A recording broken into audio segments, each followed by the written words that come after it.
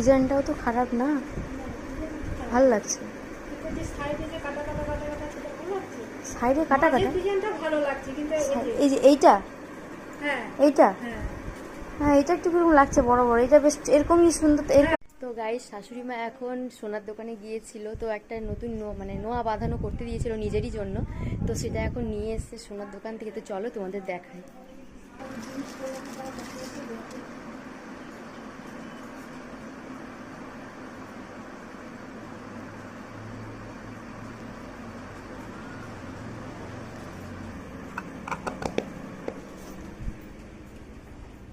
তো কেমন লাগছে অবশ্যই তোমরা কমেন্টে জানিও। তো আমার তো বেশ ভালোই লাগছে, আর শাশুড়িরও ভালোই লেগেছে।